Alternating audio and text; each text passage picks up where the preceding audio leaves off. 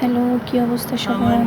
আজকে আমি আপনাদের 4 টুকরো গরুর মাংস দিয়ে এমন একটা রেসিপি দেখাবো যা আপনারা 4-5 জনে ভরপুর খেতে পারবেন। প্রথমে আমি 4 টুকরো গরুর মাংস নিয়ে নিলাম, তারপর কিউব করে অনেকগুলো আলু নিয়ে নিলাম, তারপর অনেকগুলো পেঁয়াজ নিয়ে নিলাম, রসুন নিয়ে নিলাম, তারপর মাংসটাকে থেতো করে নেব।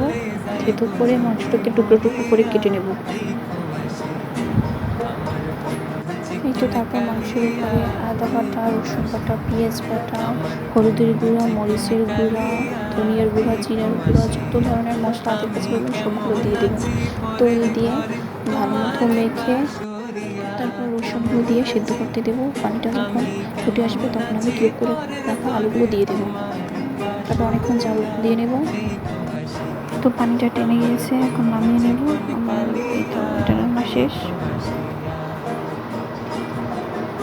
তারপর তেল পেঁয়াজ ভালো মতো ভেজে যখন পেঁয়াজের কালারটা লাল লাল হয়ে আসবে তখন রান্না করা আলু আর মাংসটা ভালো মতো ভেজে নেব। লাল লাল হয়ে আসবে যখন তখন নামিয়ে নেব।